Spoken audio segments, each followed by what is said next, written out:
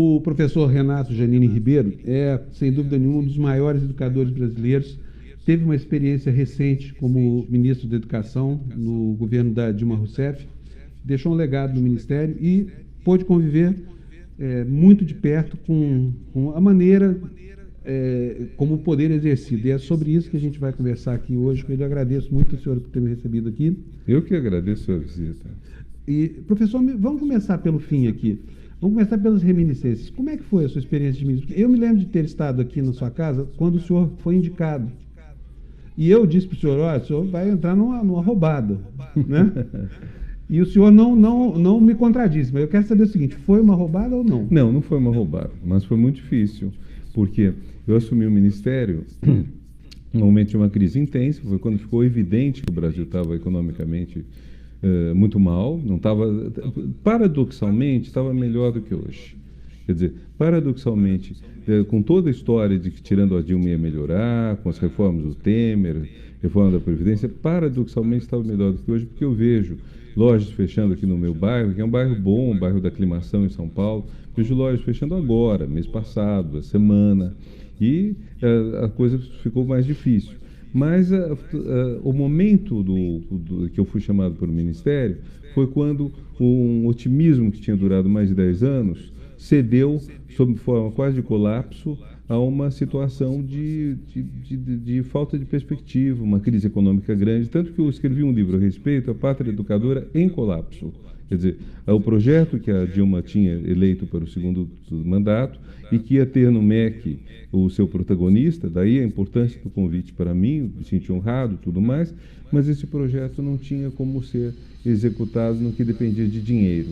Agora, aquele emblema que ela inventou, eu não sei se aquilo foi de caso pensado ou não, mas no parlatório, quando ele falou, a partir de agora, o emblema do governo é Brasil, Pátria Educadora. Aqui não era meio proselitismo dela, não?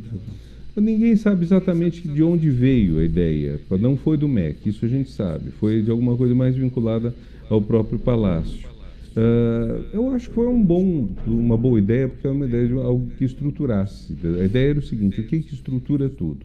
É a educação. Ela tinha feito Ciência Sem Fronteiras, cujo objetivo era melhorar o PIB, mandar 100 mil bolsistas para o exterior nas áreas produtoras. Tinha feito o Pronatec, para melhorar o ensino técnico em todos os níveis, desde o nível mais simples até o nível mais envolvido, aumentar a produtividade do trabalhador brasileiro. Isso continua sendo uma coisa importante. Nós temos um problema de produtividade grande no Brasil, um problema de PIB, vamos dizer, de certa forma, pobre no país. O nosso PIB não está à altura do que a gente pode, do que a gente precisa. Então, havia essa ideia. A educação ia ser um ponto de você fortalecer a produtividade brasileira. O que a Dilma queria era dar a infraestrutura econômica para as políticas sociais se expandirem e depois, quando ela viu o tamanho do problema, pelo menos se manterem. Era isso que ela queria. Professor, qual é o problema? Qual foi? O senhor acompanhou toda a fase final do governo, o senhor esteve ali no pior momento, né, daquele governo. O que foi que determinou aquilo, na opinião do senhor? Eu queria que o senhor falasse da visão de dentro que o senhor teve. Quer dizer, por que a Dilma chegou onde chegou? Quais as características dela que determinaram aquilo? Eu não peguei até o final porque eu saí 6 meses antes, justamente quando ela tentou fazer uma coligação partidária que desse sustentação ao mandato dela. O que eu sinto? Por um lado, houve a recusa do PSDB aceitar o resultado das eleições.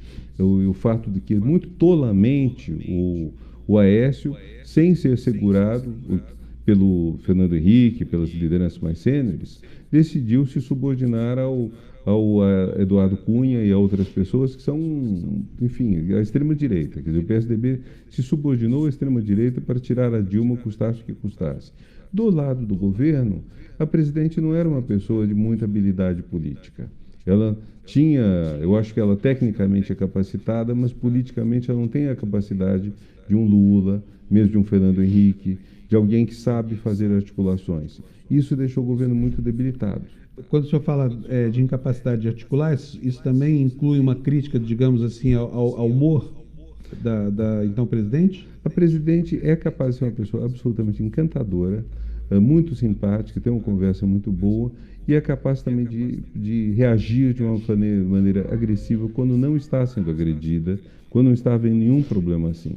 essa dificuldade dela no trato com os colaboradores certamente contribuiu, porque você imagine, ela teve vários ministros dela que depois, no Senado, votaram pelo impeachment.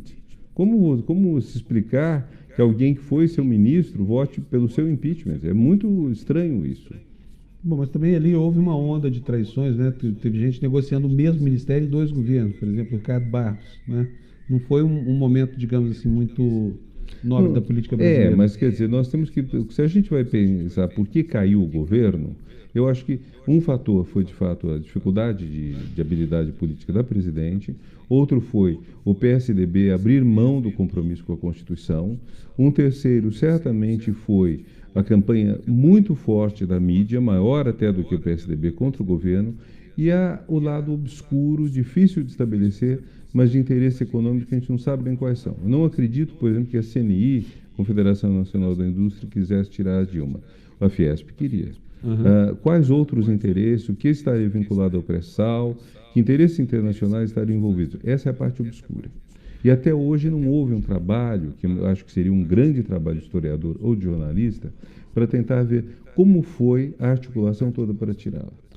Professor, agora vamos dar um pulo no tempo, vamos passar para o momento presente. No momento presente, eu tenho feito muitas críticas, assim, avalio esse ministro da Educação como um sujeito absolutamente fora da casinha, uma pessoa que não está talhada para o cargo, não entende o que é educação. Ele tem praticamente feito ofensas diárias aí, muitas vezes ao professorado, aos alunos, essa coisa toda, mas é muito depreciativo o papel que a educação tem hoje nesse governo. Eu queria saber da opinião do senhor, o que o senhor acha? É espantoso, porque com toda essa diferença que culminou no impeachment, a área em que PT e PSDB eram mais próximos era a educação. Foi sendo construído um consenso de que a educação básica tinha que melhorar, havia um dissenso sobre o ensino superior, que o PSDB queria nas mãos privadas e o PT queria nas mãos públicas, mas na educação básica pública havia um consenso muito grande sobre a importância, sobre a prioridade, sobre os métodos. Isso tudo se construiu ao longo do tempo e se tornou um fator poderoso de gestar o futuro do Brasil. E nós tivemos um candidato que ganhou as eleições, o único candidato em muitos anos que não propôs a educação como uma coisa positiva, ao contrário, via a educação como algo negativo. Porque para Bolsonaro, o retrocesso nos costumes que ele vê com, vamos dizer, orientação sexual mais livre, igualdade de gênero, tudo mais, esse retrocesso em boa parte é fruto da educação e ele atribui, sem conhecer direito, ao Paulo Freire. Então, esse é um governo que surgiu não só sem projeto pela educação, mas quase contra a educação. E, em função disso, os dois ministros da educação assumiram sem ter um projeto. Quer dizer, havia um projeto pronto, a alfabetização na idade certa, na verdade um programa já em execução, e isso está deixado de lado.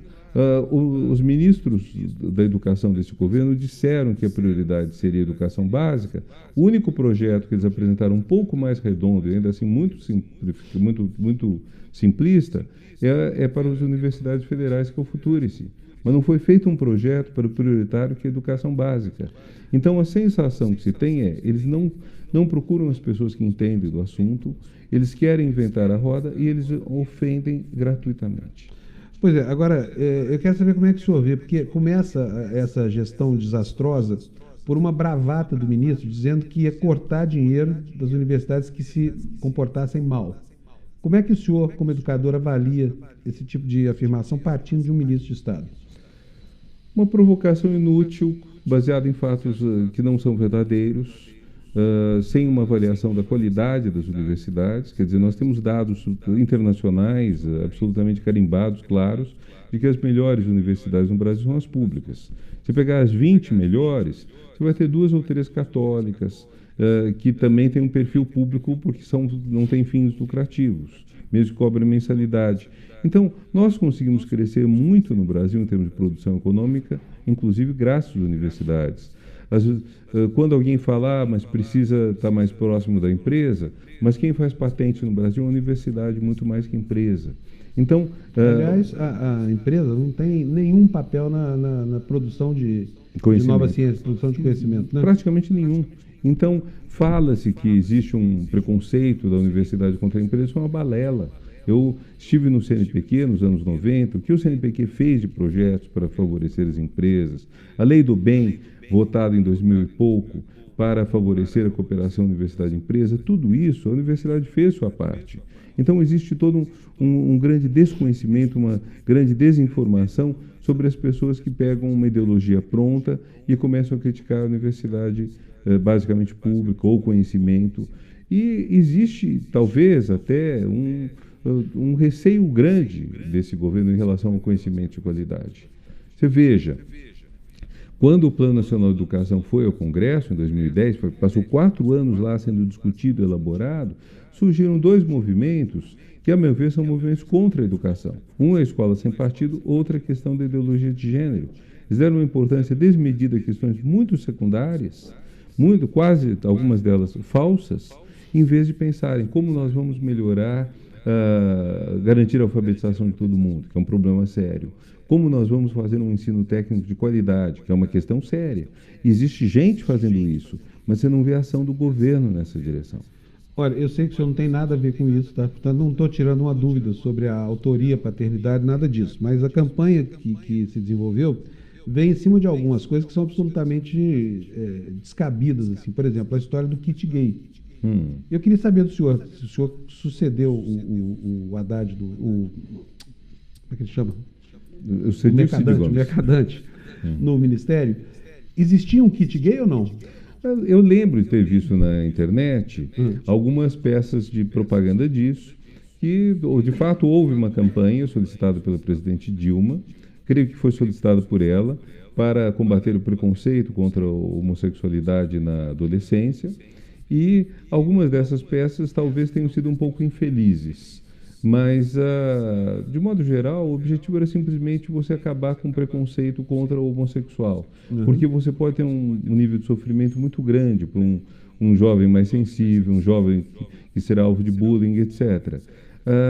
Eu creio que deveria ter havido, sim, algo que esclarecesse os adolescentes sobre a orientação sexual e que dissesse que é natural tanto a hétero quanto a homossexualidade. Talvez não naquele formato. Pois é, mas por que isso, na opinião do senhor, assustou tanto os neopentecostais, esses segmentos mais conservadores da opinião pública brasileira? A minha opinião muito franca é a seguinte: houve um medo muito grande do que a educação traz. A educação é extremamente emancipadora. Então, houve um certo momento que se inventaram essas factoides, dizer que a educação era toda partidarizada, de que se pretendia fazer que menino virasse menina, menina virasse menino. Houve todo um negócio desse. Por quê? Porque queria se evitar uma melhora significativa na educação. Porque se melhora a educação, as pessoas vão querer mais. Vão querer ser mais respeitadas, vão querer ter mais uma remuneração melhor, etc. E o Brasil não foi feito para isso. O Brasil foi feito para estabelecer uma certa exclusão de grandes públicos. Então, eu diria até mais. Eu acho que na parte a elite brasileira é pouco atrevida, é pouco audaciosa. Então, eu via pessoas preocupadas dizendo: esse governo está fazendo coisa demais, esse governo está se atrevendo demais, não pode ser tudo isso. Então, o Brasil vive muito nessa timidez. E uma elite tímida, ela não consegue ir longe. Para dar um exemplo para você, essa frase: tudo que só existe no Brasil não é jabuticaba, é ruim. Você não pode imaginar essa frase falada por um francês, substituindo jabuticaba por camembert, por um alemão, substituindo por, sei lá, vinho branco, ou por um indiano. Todos eles têm um orgulho extraordinário daquilo que os países deles criaram e que às vezes é só do país. É no Brasil que a ideia... Desculpa interrompendo o senhor, mas eu lembro de uma frase que é atribuída ao De Gaulle, que ele fala: é impossível governar um país com 600, mas não sei nem se essa frase tipo de queijo. Não sei se é verdade, mas é atribuída ao De Gaulle. Quer dizer, então, esse orgulho das coisas que o país tem, no Brasil é raro. Tem gente que prefere comprar pronto. Então, lembra aquele carrinho Gurgel? O Gurgel era uma tecnologia brasileira. É claro que hoje, 30 anos depois, o Gurgel teria que ser um computadorzinho ambulante. Mas o Gurgel foi sabotado. Era um carro bom, era um carro funcional, era um carro barato. Então, há uma sabotagem na criação brasileira que é que é uma coisa muito esquisita, que você não tem. Nós tínhamos que nos inspirar, muita gente vai achar esquisito, mas no orgulho que o indiano tem de ter uma tecnologia elevada, de apostar no futuro. A Índia é um país que tem foguete, que tem bomba atômica, é um país que conseguiu, saindo de uma situação muito mais miserável que o Brasil, ter 70 anos sem ruptura democrática e ter um desenvolvimento econômico significativo e uma classe média gigantesca. Professor, por outro lado, o governo argumenta em cima de dados objetivos e tem razão nisso, uma das poucas coisas em que a razão assiste esse governo, na minha opinião, e fala o seguinte: o Brasil realmente gasta além da média da OCDE com educação. Gasta não, investe, né, que é a palavra. Por que a nossa educação básica fica devendo tanto? Por exemplo, por que a gente fica sempre lá no fim da fila do PISA? Por que a gente sempre sai humilhado dessas competições internacionais? Na verdade, esse dado não é preciso. Nós gastamos perto de 6% do PIB em educação, o CDE gasta isso, a Alemanha gasta isso, só que o PIB alemão é 5 vezes maior per capita que o nosso. Então, se eu for comparar, eu teria que comparar 30% do PIB, não 6% do PIB, porque eles têm mais dinheiro. Fora, é por isso que você tem que crescer o PIB também. Outra coisa, a Alemanha tem todo mundo alfabetizado há muitas gerações, as escolas, a formação de professores, a cultura construída há muitas gerações, e o Brasil, ao contrário da Europa Ocidental, e mesmo dos nossos vizinhos, Argentina, Chile e Uruguai, tem uma ignorância. Você tem ainda hoje gente fazendo universidade cujo pai é analfabeto. Quer dizer, isso é uma coisa que você não tem nesse país. Então, nosso ponto de partida, nossa comparação não é muito boa nessa. Quer dizer, não é que nós tenhamos recursos que eles sejam mal aplicados. Existe uma má aplicação numa certa parte? Existe. Mas os recursos não são tão grandes quanto se imagina. Ora, houve um avanço significativo na medida em que se construíram critérios de avaliação. Os critérios de avaliação permitem medir o quanto a educação está melhorando. Ela melhorou. A partir de 2012, a educação básica começou a bater um pouco de pino. A gente ainda hoje não sabe muito bem por quê. Aparentemente, um dos grandes problemas é a formação de professor e a atratividade da profissão de professor. Então, a formação de professor no Brasil ela tem que ser melhorada, tem que ensinar a ensinar, mais do que se ensina atualmente. Esse é um ponto que é quase um consenso. O material escolar tem que ser melhorado e a profissão tem que ser mais atrativa. Muita coisa foi feita nessas direções, mas não foi suficiente. Só para ficar no último ponto, o professor hoje de ensino básico ele precisa ter diploma universitário. Só que ele vai ganhar, em média, 70% da média de qualquer outra pessoa que tem os mesmos 4 anos de nível superior. Então, por que eu vou ser professor e não outra coisa qualquer de nível superior?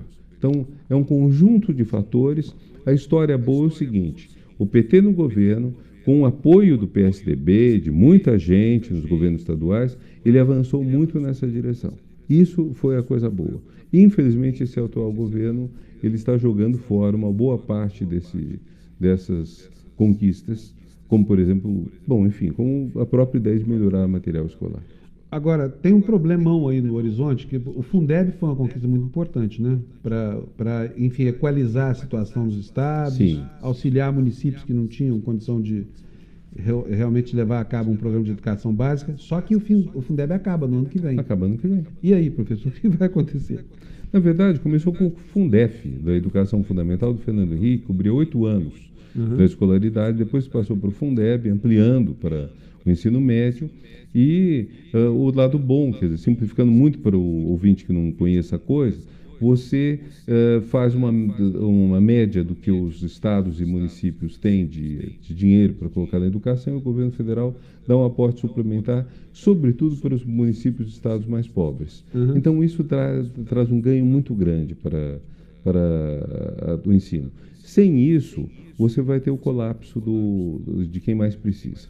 E é espantoso que o que está tramitando, relatado por deputados, senadores, o que está tramitando, tramita com desinteresse total do governo. O governo não tem proposta nenhuma para isso. Mal comparando, no caso da reforma da Previdência, o governo mandou um projeto que foi totalmente modificado, que se passou foi graças ao Rodrigo Maia e não ao governo que jogou pessimamente. Nesse caso, o que vai passar no Fundeb, eu creio que acabe passando, vai ser muito mais o mérito do Congresso do que do governo. Mas um governo que se alheia de uma questão crucial como essa, é um governo que não governa. Professor, como é que o senhor vê esse fenômeno tão contemporâneo, assim, de gente, assim, e me parece que numericamente é muito consistente, de gente que não aceita a hipótese que a filosofia e a ciência superaram 500, 600, 1000 anos? Por exemplo, a ideia da Terra plana. Como é que o senhor vê essas esquisitices? Olha, isso e a campanha contra as vacinas são, para mim, um ponto de interrogação gigantesco.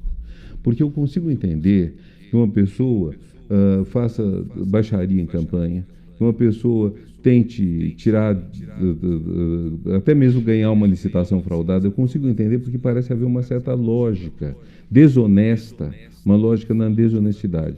Mas você difundir uma informação flagrantemente falsa e que, no caso da campanha contra as vacinas, mata gente, isso me parece, no caso da campanha contra as vacinas, ser sadismo.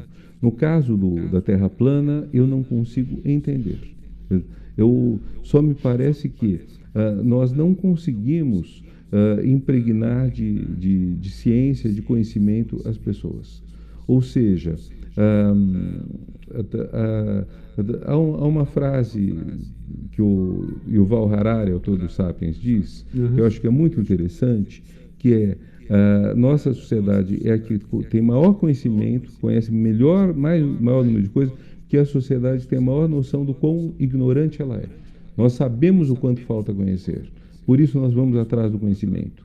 Agora, quando você está convencido de que você já sabe tudo, você sabe pouco. Então, paradoxalmente, você tem que ter consciência da sua ignorância para se dispor a conhecer. É sofisticado você saber que você não conhece. Então, talvez seja um pouco isso. Muita gente acha que já sabe tudo o que precisa, que não tem mais nada. Então, as evidências muito imediatas de quem não olha nunca pela janela de avião são de que a Terra parece plana. Se você pegar um avião e olhar pela janela, você vê que ela tem uma curva no horizonte. Aí... E tem uma outra coisa, quer dizer, enfim, coisas que existem, na verdade, o átomo, por exemplo, ninguém enxerga um átomo, ninguém precisa ver o átomo para saber que ele existe, ele funciona, os modelos funcionam, né? Enfim, a gente está estruturado em cima de uma matriz, vamos dizer assim, de uma base de realidade que, aliás, parece que não importa muito, hein? Porque o relativismo hoje no mundo ficou total, né? A realidade é algo absolutamente pessoal, é só o que eu creio que existe, não é isso? E esse é o problema terrível. Quer dizer, eu sou otimista, eu creio que ao longo de séculos, desde o ano 1200, você tem um avanço do Estado de Direito. Desde o ano 1600, você tem um avanço dos direitos humanos. Então, você tem retrocessos grandes, longos, depois retomam um certo caminho que tem sido um caminho de progresso, de avanço. Hoje o que nós temos é um conhecimento muito grande, mas você tem uma resistência a esse conhecimento. Talvez a velocidade das últimas décadas, em termos de queda de ditaduras comunistas e direitistas, em termos de inclusão social, de igualdade, talvez isso tenha causado choque numa parte da sociedade que não consegue se adaptar a isso. E que então reage. Reage ou com preconceito, a vitória de do Brexit, do Trump, do próprio Bolsonaro, ou reage apostando na ignorância. Talvez isso seja uma explicação. E isso vai ser superado. Professor, me impressionou muito a cena daquele deputado que quebrou a placa com o nome da Marielle, o dia em que ele foi ao colégio Dom Pedro II, para constranger, não sei qual era a intenção, se era constranger os alunos, os educadores, mas enfim, não entendi, porque foi uma cena incompreensível. Eu queria saber como é que o senhor vê isso, quer dizer, quando o sentido de autoridade usurpa a privacidade inerente a esse tipo de instituição que é a escola. Como é que o senhor vê isso? Um deputado invadindo uma escola para filmar alunos, constranger e tudo mais. Na verdade, isso faz parte dessa campanha contra a educação, que começa quando o Plano Nacional de Educação está em discussão, que começa com a denúncia de que tudo que se faz na educação pública é trocar sexo das pessoas, acusando ideologia de gênero, tudo se faz é propaganda política, que a universidade é antro de maconha, quer dizer, um monte de mentira, que não tem dados sobre isso, pegam situações irrisórias, minúsculas e projetam, mas é uma campanha contra a educação. E a questão que está em jogo me parece muito claramente essa: medo do potencial que a educação tem. Uma pessoa educada é uma pessoa que é mais livre, é mais independente, ela tem mais condições de superar suas limitações, ela pode ter uma vida economicamente melhor. Eu tenho insistido nesse ponto, aliás, quer dizer, nós temos que deixar claro que a educação melhora o nível de vida econômico das pessoas. Não é só que a educação melhora a pessoa como pessoa, que melhora a cidadania, mas ela melhora profissionalmente, melhora o nível de vida das pessoas. Então, o que acontece? A gente tem medo disso.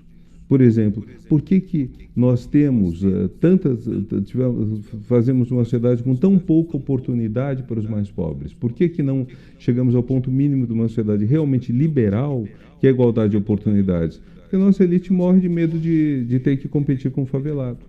Nossa elite acha, se um favelado competir com ela realmente a partir de um patamar igual, educação, instrução, saúde, o favelado vai ganhar dela. Então, nesse sentido que eu digo, é uma elite pouco audaciosa, pouco atrevida, que dá pouco valor ao conhecimento, que prefere o entretenimento à cultura, que quando viaja, muitas vezes só vai ao museu para cumprir tabela, porque realmente nada disso instrui. É uma das elites menos cultas do mundo, e já foi uma elite muito culta, mas hoje é uma elite que tem pouco disso. Isso, então, faz que ela se sinta, que ela se coloque na defensiva contra todo o processo que amplia a concorrência. Então, existe o CAD para concorrência econômica. Quando você tem cotas, quando você tem políticas universais de educação, você está fazendo uma espécie de CAD, uma espécie de livre concorrência para as pessoas competirem para se educar e para fazer o Brasil crescer. Se nesse país você tem 1/3, 1/4 da população que tem todas as oportunidades, imagina se todo mundo tiver todas as oportunidades. Nós vamos multiplicar o nosso PIB por quanto? Nós vamos multiplicar a nossa criação artística, literária, científica, tecnológica por quanto? Nós não vamos ser uma potência? Eu tenho mais alguns assuntos para tratar com o senhor, tanto na área da educação... Caiu a luz, viu? Não tem problema não, ele tá tranquilo aqui. Na área da educação e na área da cultura. Primeiro eu queria saber do senhor, como é que o senhor vê esse processo de escola militar? Mas já vou propor um foco para a nossa discussão. Quando foi eleito, Bolsonaro na campanha prometeu restabelecer a hierarquia em sala de aula, enfim, a autoridade do professor sobre o aluno, mas ele tem depreciado, inclusive pedindo para alunos filmarem professores que supostamente fazem proselitismo político em sala de aula, e eu queria saber como é que o senhor vê isso e a questão das escolas militares. Começando pela escola militar, o diagnóstico que o governo Bolsonaro faz da sociedade é esse declínio moral dos últimos 50 anos, eles entendendo por moral a coisa mais convencional que existe, que é combate por exemplo, a igualdade homem e mulher. Isso é um ponto básico.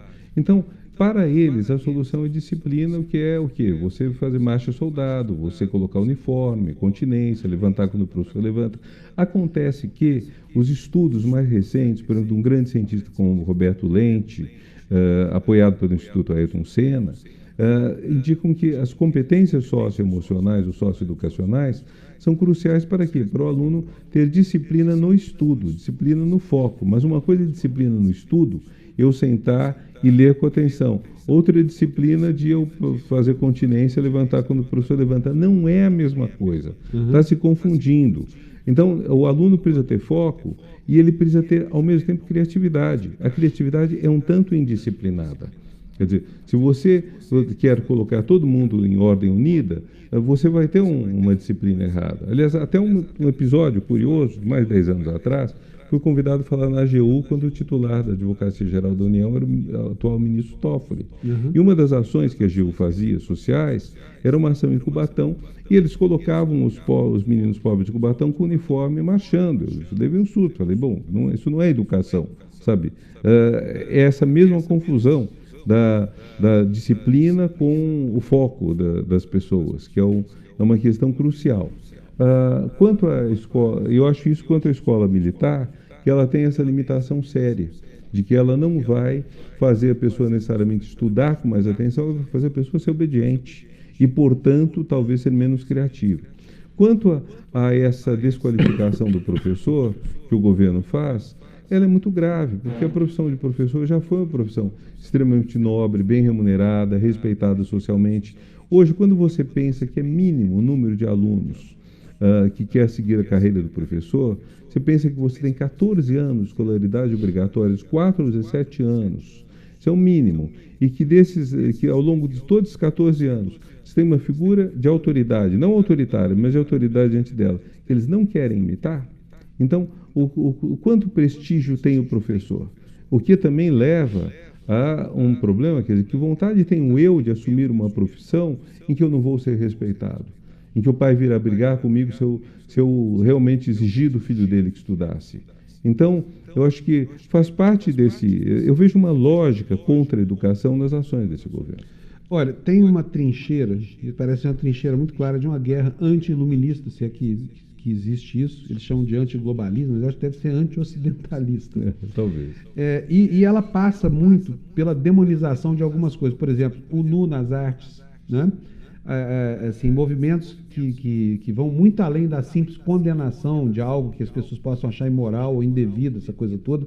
O objetivo é o linchamento público, que é o que acontece na internet. Como é que o senhor acha que isso vai interferir na nossa formação das próximas gerações? O iluminismo é uma das maiores conquistas que o mundo já teve. Quer dizer, a importância do conhecimento como emancipador. Basicamente é isso.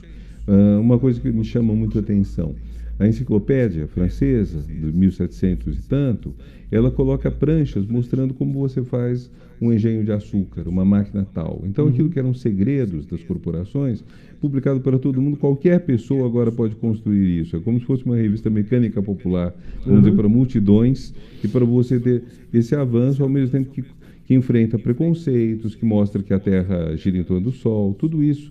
Todo esse conhecimento foi extremamente emancipador e ele tem efeitos. Tanto que mesmo o terraplanista usa um GPS, que não existiria se a Terra fosse plana. Então, acho que esse combate ao iluminismo é um combate que está trazendo efeitos negativos. Promove um recuo muito grande, promove uma aversão à ciência, à pesquisa, promove a ideia de que vale a pena a tecnologia, mas não a pesquisa básica, como se você tivesse tecnologia sem pesquisa básica, e o risco de você ter a destruição da CAPES, CNPq, das universidades públicas, etc., é grande. E se isso acontecer, o retrocesso vai ser enorme. Eu vou deixar claro que é destruição. Se você para de financiar a pesquisa, você vai ter pesquisadores que irão embora do país. Que, aliás, já está acontecendo uma fuga de cérebro gigante, né? Com as ameaças todas de falta de liquidez, do governo cortar as bolsas. Por enquanto é pequena. As pessoas resistem muito, lutam muito, as pessoas amam o que faz, amam esse país. Agora, quando chega um momento em que alguém vai embora, depois, voltar é muito difícil. Você vai demorar anos para se adaptar fora, mas depois de adaptado, com a família adaptada, etc., você vai voltar fácil. O Sarney fez um trabalho bonito quando ele, ao assumir o governo, incumbiu o Renato Acha, que era ministro da Ciência e Tecnologia, de trazer gente de fora. Brasileiros foram exilados. O casal Nussensweig, que era uma grande referência na luta contra a malária, sabe, que acusados de comunistas foram para onde? New York University. Então, trazer essas pessoas de volta... Esses acusados de comunistas são muito bem acolhidos no Centro Mundial do Capitalismo, como foram Adorno, Horkheimer e tudo mais. Todos eles.